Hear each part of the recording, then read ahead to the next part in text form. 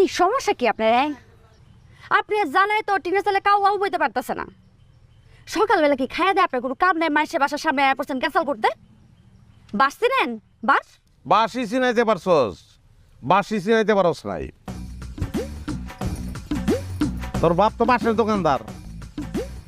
আজকালা বাস, গিরাওয়ালা বাস, বল্লা বাস, তল্লা বাস, মুলি বাস, সব বাস খাইছি, সব বাস চিনে ফেলাইছি।